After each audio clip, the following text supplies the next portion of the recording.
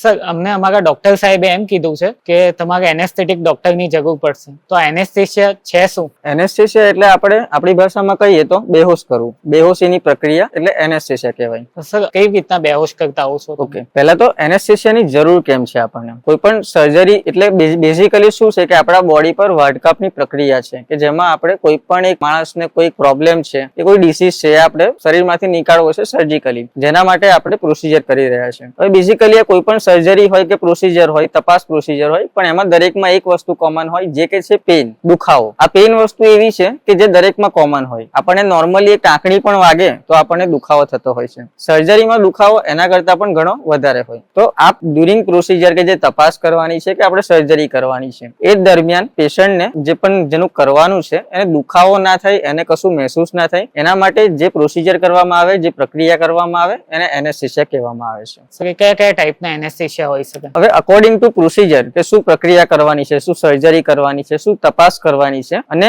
એના પછી પણ પેશન્ટની કન્ડિશન કેવી છે, પેશન્ટ નોર્મલી કોઈ પ્રોબ્લેમ છે નહીં કે પછી પેશન્ટને એનેસ્થેશિયા માટે જોખમ વધારે છે કે એને કોઈ એવી કન્ડિશન રહેલી છે કે જેના લીધે એનેસ્થેશિયામાં એને તકલીફ પડી શકે, તો એના અકોર્ડિંગલી જે પણ એનેસ્થેશિયાના ડોક્ટર હોય તે ડિસાઈડ કરતા હોય છે કે આ પ્રોસિજર માટે એમને કયા પ્રકારનો એનેસ્થેશિયા આપી શકાય. રૂટીનમાં મોટા ભાગે બે ટાઈપના એનેસ્થેશિયા આપણે ગ્રોસલી કહીએ તો આપવામાં આવતા હોય છે. પહેલો પ્રકાર છે જનરલ એનેસ્થેશિયા કે જેને આપણે જીએ કહેતા હોઈએ છીએ. જનરલ એનેસ્થેશિયામાં બેઝિકલી પેશન્ટને સંપૂર્ણ બેહોશ કરવામાં આવે છે, પૂરેપૂરું આખું બોડી એનું બેહોશ થઈ જાય છે. બેઝિકલી આપણે જેની પણ સર્જરીમાં જનરલ એનેસ્થેશિયા આપીએ તે પણ પેશન્ટ નોર્મલી જેમ સૂતા હોય એવું એને મહેસૂસ થાય છે કે હું સૂઈ ગયો છું, અને જ્યારે આપણે એનેસ્થેશિયામાંથી બહાર આવે ત્યારે એને એવું લાગે કે હું ઉઠી ગયો છું, અને મીનવાઇલ એને શું થઈ ગયું કશું ખબર નથી પડતી, કશું મહેસૂસ નથી થતું અને કશું યાદ નથી રહેતું. આ બેઝિકલી આ પ્રક્રિયાને જનરલ એનેસ્થેશિયા કહેવામાં આવે છે. ઘણી વખત એવું હોય કે જેમાં જનરલ એનેસ્થેશિયા આપવું જરૂરી નથી, આ તો એવું હોય કે જોખમ વધારે છે, તો એમાં આપણે બીજા ટાઈપનો એનેસ્થેશિયા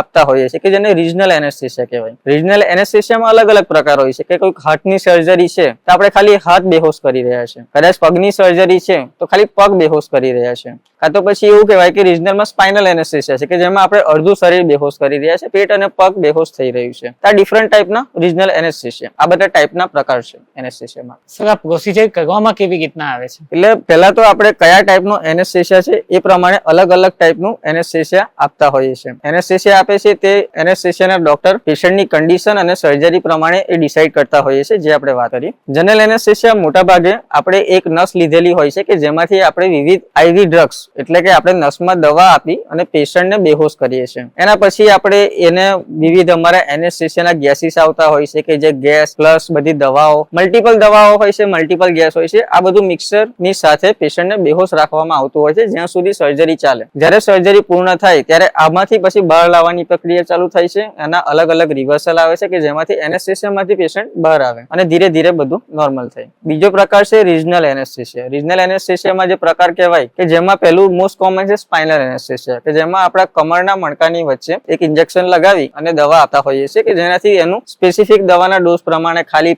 પગ અને પેટ કે આપણે જેટલી અસર લેવી છે એ પ્રમાણે અસર લઈ શકીએ છીએ. અલગ અલગ ટાઈપના બ્લોક પણ આવતા હોય છે કે જે બ્લોક આપી બ્લોકથી આપણે દવા આપી અને પેશન્ટનો ખાલી હાથ આપણે સૂન કરવો છે કે અમુક બોડીનો સ્પેસિફિક પોર્શન છે એ આપણે સૂન કરવો છે તો કરી શકાય છે. બીજું આપણે પ્રેગ્નન્સીમાં એક એપિડ્યુરલ કરીને પણ એનેસ્થેશિયા એનાલ્જેસિયા આપતા હોય છે કે જેમાં આપણે કમરમાં જ પણ એક અલગ જગ્યા એપિડ્યુરલ સ્પેસ કહેવાય છે ત્યાં એક નળી નાખતા હોઈએ છીએ. એ નળીમાંથી આપણે દવા આપી અને દુખાવો છે તે ઓછો કરી શકાય અને એના થ્રુ આપણે એનેસ્થેશિયા પણ આપી શકીએ છીએ. સર તમે જે રીતના ડિસાઈડ કરો એ ટાઈપનું જો એનેસ્થેશિયા મને ના ફાવતું હોય કે મારે ના રહેવું હોય તો એનો કઈ બીજો ઓપ્શન્સ ખરી? એટલે ઓપ્શન્સ તો ઓલવેઝ હોય છે. મોટાભાગના લોકોને એનેસ્થેશિયામાં અમે જ્યારે આપતા હોઈએ છીએ ત્યારે એમને એવું પ્રેફરન્સ હોય છે કે અમને આખું બેહોશ કરવામાં આવે કે મને કઈ ખબર ના પડવી જોઈએ, હું સુઈ જવો જોઈએ, મને કશું યાદ ના રહેવું જોઈએ. પણ એ અકોર્ડિંગલી પેશન્ટ ડિસાઈડ થાય છે. ઘણી વખત એવું હોય કે પેશન્ટને કઈક હૃદયની કન્ડિશન છે કે ફેફસાની કન્ડિશન છે કે જેમાં આખું બેહોશ કરવામાં પેશન્ટને તકલીફ થઈ શકે છે, જોખમ નોર્મલ કરતા વધારે છે. એમાં આપણે પ્રિફર એવું કરીએ કે આપણે રિજનલ એનેસ્થેશિયા કે જેમાં તમારું ફેફસા અને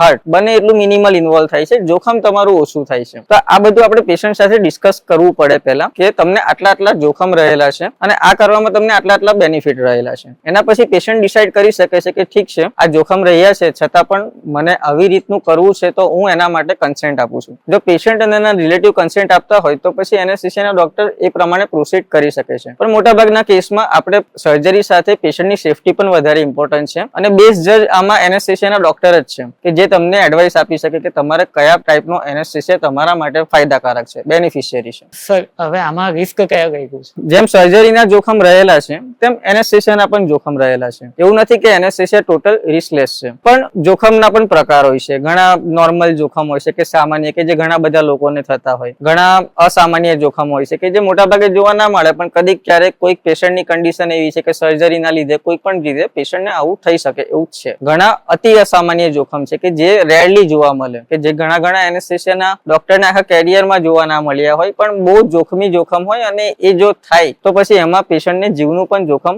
બની શકે કે જે એકદમ અતિશય રેરલી હોય છે. અત્યારે આપણે દુનિયાની સ્ટેટિસ્ટિક જોઈએ તો એનેસ્થેસિયાના લીધેના મોટાભાગે અસામાન્ય જોખમો 10 લાખે 3 છે કે જે એક્સિડન્ટ કરતા પણ ઘણા ઓછા છે. દુનિયામાં 10 લાખે અત્યારે 150 એક્સિડન્ટ થાય છે, જ્યારે એનેસ્થેસિયાના લીધે જોખમ 3 જેટલું છે. એટલે એનેસ્થેસિયા વિથ ટાઈમ નવી ડ્રગ્સ, નવી ટેકનિકના લીધે સેફ બની ગયું છે, પણ છતાં પણ નોર્મલ જોખમો તો દરેકને રહેલા હોય, મને પણ રહેલા હોય, પેશન્ટને પણ રહેલા હોય, દરેકને રહેલા હોય. સર એનેસ્થેસિયાના લીધે તમે જોખમની વાત કરી તો શું જોખમ થઈ શકે? ઓકે, આપણે વાત કરી એમ નોર્મલી જોખમ જે રહેલા છે એમાં મોસ્ટ કોમન જો અમે જે તકલીફ પાછળથી એનેસ્થેસિયાના લીધે થતી હોય છે જે જોઈ છે એમાં એવું હોય છે કે નોર્મલી પેશન્ટને ઓપરેશન તો થઈ જાય છે પણ ઓપરેશન પછી એનેસ્થેસિયા કદાચ કોઈ દવાના લીધે કે એનેસ્થેસિયા જે આપ્યું છે એના લીધે પેશન્ટને નોર્મલી માથામાં દુખાવો રહેતો હોય છે. ઘણી વખત સ્પાઇનમાં ઇન્જેક્શન આપ્યું છે તો ઇન્જેક્શનના લીધે 12 થી 24 કલાક એને કમરમાં દુખાવો રહેતો હોય છે. ઘણી વખત કેવું છે કે પેશન્ટને આપણે ભૂખ્યું રાખ્યું છે અને ઉપરથી ઓપરેશન થયું છે, સ્ટ્રેસ છે, એના લીધે પાછળથી કદાચ જમવાનું ચાલુ થાય તો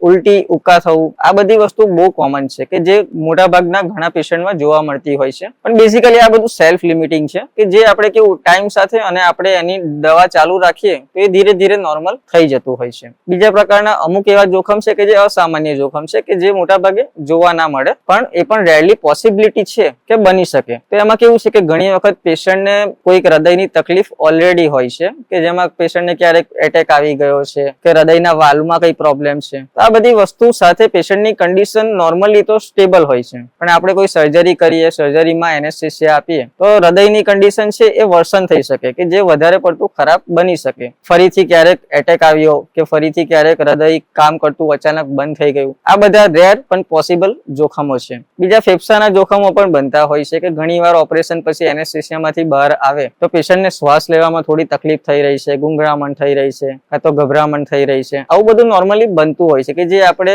ધીરે ધીરે દવા સાથે આપણે મેનેજ કરી શકીએ છીએ. પણ કદાચ એવું હોય કે ફેફસા જ નબળા છે તો એનેસ્થેસિયાના લીધે ફેફસાની નબળાઈ એ પણ આવી શકે છે કે જેને પછી આપણે પાછળથી કસરત કરી અને એ બધું કરી અને આપણે કંટ્રોલમાં લાવી શકાય છે. બીજા પેશન્ટમાં બીજી સાથે મેડિકલ કન્ડિશન હોય કે કોઈ પેશન્ટને કિડનીની કન્ડિશન છે, લીવરની કન્ડિશન છે, આ બધી કન્ડિશન પર દરેકે દરેક વસ્તુ એનેસ્થેસિયા અસર કરે છે. તો આ બધી કન્ડિશન ઇવેન્ચ્યુઅલી કદાચ વર્સન થઈ શકે, પોસિબલ છે કે આ બધી કન્ડિશન વધારે પડતું બગડી શકે. સર અમને સાહેબે એમ કીધું છે કે ઓપરેશન પહેલા તમારે કશું પણ ખાવા પીવાનું નથી, એવું કેમ? હા, તો આ એક વસ્તુ જે છે કે દરેક પ્રોસિજરમાં કે જેમાં એનેસ્થેસિયા આપવાનું હોય છે એમાં બેઝિકલી કોઈ પણ જગ્યાએ ડોક્ટર્સ તમને એડવાઇસ કરે છે કે તમારે ખાવાનું પીવાનું બંધ રાખવાનું છે. મોટાભાગે કોઈ પણ આપણે પ્લાન સર્જરી હોય એમાં આપણે 6 થી 8 કલાક પહેલા આપણે ખાવા પીવાનું ઇવન પાણી પણ બંધ કરાવી દેતા હોઈએ છીએ. એનું મેઇન રીઝન એ છે કે આપણે જ્યારે પણ એનેસ્થેસિયા આપીએ છીએ ત્યારે પેશન્ટ બેઝિકલી બેહોશ થઈ જાય છે. એનું બોડીમાં જો કદાચ કંઈક ખાધેલું છે, પેટમાં રહેલું છે તો પછી ઘણી વખત એનેસ્થેસિયા આપતી વખતે કાં તો આપ્યા બાદ એમાં પેશન્ટને પેટમાં જો કંઈક ભરેલું હોય, ખાધેલું હોય, પાણી હોય તો એ સડન ઉલટી થાય છે. હવે પેશન્ટ બેહોશ થઈ રહ્યું છે એ દરમિયાન જો એને ઉલટી થાય તો કદાચ એવું બની શકે કે ઉલટી ફેફસામાં જતી રહે અને ફેફસામાં પછી ઇન્ફેક્શન લાગે, શ્વાસ લેવામાં તકલીફ થાય, ફેફસાને ડેમેજ થાય, આ બધું બની શકે છે. આ એક પોસિબલ કોમ્પ્લિકેશન છે કે જેને આપણે એવોઇડ કરી શકીએ છીએ. જેથી આપણે મોટાભાગના પેશન્ટને એવી એડવાઇસ આપતા હોય છે કે તમારે કશું જ ખાવા પીવાનું નથી. 6 થી 8 કલાક ખાધેલું પીધેલું ના હોય તો તમારું પેટ ખાલી થઈ જાય છે, જેના લીધે ઉલટી થવાનો કે ફેફસામાં જવાનો અને એસ્પિરેશન જે કહેવાય છે એ થવાનું રિસ્ક નેગ્લિજેબલ હોય છે કે જેને આપણે એવોઇડ કરી શકીએ છીએ.